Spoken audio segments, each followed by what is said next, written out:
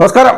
Big boss Malayalam season 7 കുറച്ച് ദിവസമായി big ബോസിനെ കുറിച്ചൊക്കെ വീഡിയോ ഇട്ടിട്ട് മോഹൻലാലിന്റെ നമ്മുടെ ലാലേട്ടന്റെ അടിപൊളി ഒരു പ്രൊമോയൊക്കെ വന്നിട്ടുണ്ട്. അതിനെക്കുറിച്ച് വിശദമായി ഞാൻ കുറച്ച് കാര്യങ്ങൾ പറഞ്ഞുതരാം. അപ്പോൾ അതിനെക്കുറിച്ച് നമുക്ക് സംസാരിക്കാം. അത് വന്നിട്ട് വിടാൻ പറ്റിയില്ല, മറ്റു പല സബ്ജക്റ്റിലും ഭയങ്കര തിരക്കായിപ്പ്, അതുകൊണ്ട് മാത്രമാണ് ഇപ്പോൾ ഞാൻ വന്നത്. പുതിയൊരു കൺഫർമേഷൻ കിട്ടി എന്നറിഞ്ഞത് കൊണ്ട് വന്നതാണ്. അപ്പൊ അതായത് നമുക്കറിയാം, ഇവിടെ ആർ ജെ അഞ്ജലിയാണ്. ഏതാണ്ട് അഞ്ജലിക്ക് എന്തായാലും കൺഫർമേഷൻ പോയിട്ടില്ല, കൺഫേം ആവാനുള്ള ചാൻസ് ഉണ്ട് എന്നാണ് നമ്മൾ അറിഞ്ഞത്. പക്ഷേ ഇപ്പോൾ നമുക്കറിയാൻ സാധിക്കുന്ന ആർ ജെ അഞ്ജലിക്ക് പകരം മറ്റൊരു ആർ ജെ കൺഫർമേഷൻ ആയി എന്നൊരു അറിവ് കിട്ടുന്നുണ്ട്. എന്തായാലും ആ പേര് ഞാൻ ഇവിടെ വെളിപ്പെടുത്തുകയാണ്. കൊച്ചിന്റെ പേര് മറ്റൊന്നുമല്ല, ആർ ജെ ബിൻസി എന്നാണ് പേര്. ഞാൻ ഇവിടെ കൊടുക്കാം. ആർ ജെ ബിൻസി എന്ന് പറയുന്നത് സംഘമിത്രയിൽ FM ആർ ജെ ആയിട്ട് വർക്ക് ചെയ്തിട്ടുണ്ട്.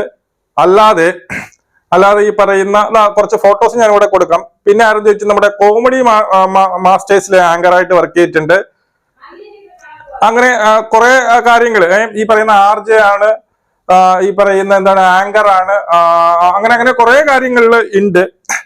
അപ്പോ അങ്ങനെയാണെങ്കിൽ നമ്മൾ അറിഞ്ഞത് ശരിയാണെങ്കിൽ നമ്മുടെ ആർ ജെ അഞ്ജലി നമ്മുടെ കുണ്ടിച്ചേച്ചി മുഖ്യാരം കട്ടാവാനും ഇത് കൺഫർമേഷൻ ആയി എന്നാണ് നമുക്കറിയാൻ സാധിക്കുന്നത്. അങ്ങനെ നമ്മൾ പറയുന്നത് ഇതുവരെ കിട്ടും തെറ്റാറില്ല, ഇതും തെറ്റില്ല എന്ന് തന്നെ ഞാൻ വിശ്വസിക്കുന്നു. അപ്പൊ ഇത് കൺഫേം ആയി എന്ന് പറയുന്നത് ഈ ആർ ജെ അഞ്ജലിയും ഈ പറയുന്ന ആർ ജെ ബിൻസിയും തമ്മിൽ നമ്മളൊരു പിന്നീട് ഒരു അഡ്വാൻറ്റേജ്, ആർ ജെ അഞ്ജലിയും കാട്ടി ഒരു അഡ്വാൻറ്റേജ് ബിൻസിക്ക് എന്താണെന്ന് ചോദിച്ചു കഴിഞ്ഞാൽ, ബിൻസി നോട്ട് മാരീഡ് ആണ്, ഇതുവരെ കല്യാണം കഴിഞ്ഞിട്ടില്ല എന്നാണ് നമ്മുടെ അറിവ്. അതുകൊണ്ട് തന്നെ അതൊരു അഡ്വാൻറ്റേജ് ആയിട്ട് തന്നെ ഞാൻ കൂട്ടുന്നു.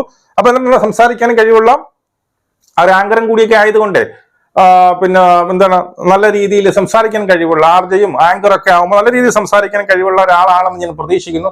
അവിടെ വന്ന വാഴ പോലെ ഇരിക്കരുത്. ഈ പറഞ്ഞ എന്താണ് ഈ ആങ്കർ ചെയ്യുമ്പോഴും പലർക്കും ഉള്ളൊരു പ്രശ്നമാണ്. ഈ ആങ്കറിംഗ് ചെയ്യും, ഈ പറയുന്ന ആർ ജെ, ഈ പറയുന്ന എന്താണ് നമ്മൾ ആർ ജെ പണിയൊക്കെ സൂപ്പറായിട്ട് ചെയ്യും. പക്ഷെ ഇതുപോലുള്ള സംഭവങ്ങളിൽ വരുമ്പോൾ അവരൊക്കെ വളരെ ഗ്ലൂമി ആയിട്ട് ഇരിക്കുന്നതായിട്ട് കാണാം. അപ്പൊ അതൊന്നും ആവാതെ എന്ത് ചെയ്യും, നല്ല രീതിയിൽ പെർഫോം ചെയ്യും എന്ന് ഞാൻ പ്രതീക്ഷിക്കുന്നു. അപ്പൊ വീണ്ടും നമ്മളൊരു പുതിയൊരു കൺഫർമേഷൻ പുറത്തുവിടുകയാണ്, R J Binsi. Very good, congratulations.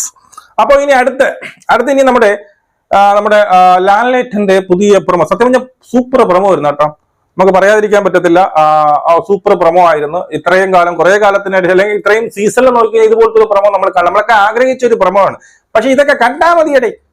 ഇതുപോലെ കുറെ ഹൈപ്പുകളും കുറെ നമ്മൾ എന്തോ ഒക്കെ വിചാരിക്കുന്നൊക്കെ പറഞ്ഞുകൊണ്ട് ഒക്കെ വരും. ലാസ്റ്റ് ഒരു തേങ്ങ പഴയതിനെയും കട്ടി വേസ്റ്റ് ആയി മാറുകയാണ് ചെയ്യുന്നത്.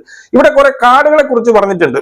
അതായത് safe card, fake card, shopping card, നന്മ card, wetting card, prepare card, അങ്ങനെ ഒളിക്കൽ കാർഡ്, അങ്ങനെ കുറെ കാർഡുകളെ കുറിച്ച് പറഞ്ഞിട്ടുണ്ട്. അതൊന്നും ഇനി ഇവിടെ ചെലവാവില്ല എന്നാണ് പറയുന്നത്. സത്യം പറഞ്ഞാൽ ഈ കാർഡൊക്കെ, ഈ കാണിക്കുന്ന കാർഡൊക്കെ ഏറ്റവും കൂടുതൽ എടുക്കുന്നത് ആരാണ്? ഒന്ന് ലാലേട്ടൻ, അവിടുത്തെ ക്രൂ, അതായത് ഈ ടാസ്ക് കൊടുക്കുന്ന ക്രൂ ഉണ്ടല്ലോ, അവരാണ് യഥാർത്ഥത്തിൽ ഈ കളികൾ എത്രയും കളിക്കുന്നത്. മാറാനുള്ളത് സത്യം പറഞ്ഞാൽ ലാലേട്ടൻ അവിടുത്തെ ക്രൂ മെമ്പേഴ്സുമാണ്. അവര് മാറിക്കഴിഞ്ഞാൽ ഓട്ടോമാറ്റിക്കലി എന്ത് ഈ പറയുന്ന നമ്മുടെ കണ്ടസ്റ്റന്റും മാറും. സേഫ് കാർഡ്, പലപ്പോഴും സേഫ് കാർഡ് കളിക്കുന്നത്, ഏറ്റവും കൂടുതൽ അവിടെ സേഫ് കാർഡ് കളിക്കുന്ന ആരാണ്? ലാലേട്ടൻ തന്നെയാണ്. പലരും ഈ അവിടെയുള്ള കണ്ടസ്റ്റന്റ് ഇത് കണ്ടാണ് അവിടെയുള്ള കണ്ടസ്റ്റന്റ് സേഫ് കാർഡ് കളിക്കുന്നത്. കാരണം അവരെന്തെങ്കിലും ഒരു സേഫ് കാർഡ് കളിക്കുമ്പോൾ നിങ്ങൾ അതിനെ കീറി മുറിക്കാൻ വേണ്ടിയിട്ട്, അല്ലെങ്കിൽ അതിന് പൊളിച്ചെടുക്കാൻ വേണ്ടിയിട്ട് ലാലേട്ടനോ ക്രൂ മെമ്പേഴ്സ് ശ്രമിക്കാറില്ല. അതുകൊണ്ട് അവർ ആവർത്തിക്കുന്നു. സത്യമല്ലേ? അപ്പൊ മാറാനുള്ളത് കണ്ടസ്റ്റൻസ് അല്ല, അവതാരകനും കൂടെ ഈ പറയുന്ന ക്രൂ മെമ്പേഴ്സുമാണ്, അവരുടെ ഡയറക്ടറുമാണ് മാറാനുള്ളത്. മനസ്സിലായോ? അവര് മാറുമ്പോൾ ഓട്ടോമാറ്റിക്കായിട്ട് കണ്ടസ്റ്റന്റ് മാറും. ഫേക്ക് കാർഡ് പലപ്പോഴും ഈ പറയുന്ന കണ്ടസ്റ്റൻസും കളിക്കാറുണ്ട്. ഈ ഫേക്ക് കാർഡിനെ നിങ്ങൾ ഫേക്ക് ആണെന്ന് അറിഞ്ഞുകൊണ്ട് ലാലേട്ടൻ എന്ത് ചെയ്തിട്ടുണ്ട്, അത് മറച്ചു പിടിക്കാറുണ്ട്. അപ്പൊ അവിടെയും ഒരു ഫേക്ക് കാർഡ് ആര് കളിക്കുന്നുണ്ട്? ലാലേട്ടൻ കളിക്കുന്നുണ്ട്. ഷോപ്പിംഗ് കാർഡ്, ലാലേട്ടൻ സോപ്പിടാറില്ലേ, പലരെയും സോപ്പിട്ട് നിർത്താറുമുണ്ട്. പിന്നീട് നന്മ കാർഡ്, ഈ ഇടയ്ക്കിടയ്ക്ക് നന്മ കാർഡ് കളിക്കുന്നത് ഈ പറയുന്ന അവതാരകൻ തന്നെയാണ്. വിക്ടിം കാർഡ്, ലാലേട്ടനും പലപ്പോഴും വിക്ടിം കാർഡ് എടുക്കാറുണ്ട്. അപ്പൊ ഈ പറഞ്ഞ കാർഡുകളെല്ലാം പ്രിപ്പറേഷൻ കാർഡ് പിന്നെ ഏറ്റവും കൂടുതൽ എടുക്കുന്നത് നിങ്ങൾ തന്നെയാണ്.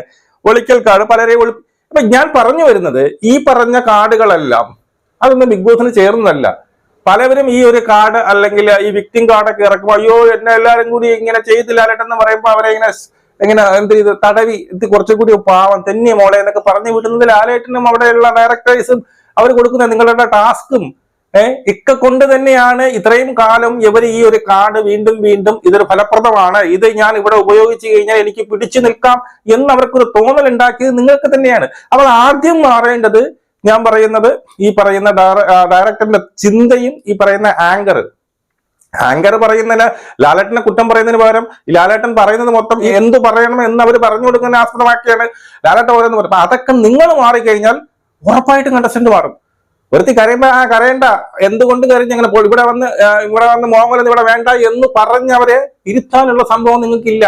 അവിടെ ഇരുന്ന് ജായിന്റ് ആയിട്ടിരുന്ന് കളിക്കുമ്പോൾ പലരും പുറത്തുനിന്നൊക്കെ ജായിന്റ് ആയിട്ട് വരുമല്ലോ, അതിനെയൊക്കെ പൊളിച്ചടിക്ക് വിട്ടുകൊടുത്താലേ ബിഗ് ബോസ് ഉള്ളു. അപ്പൊ എന്തായാലും നമുക്ക് വീണ്ടും കാണാം. ജയ് ഹിന്ദ്.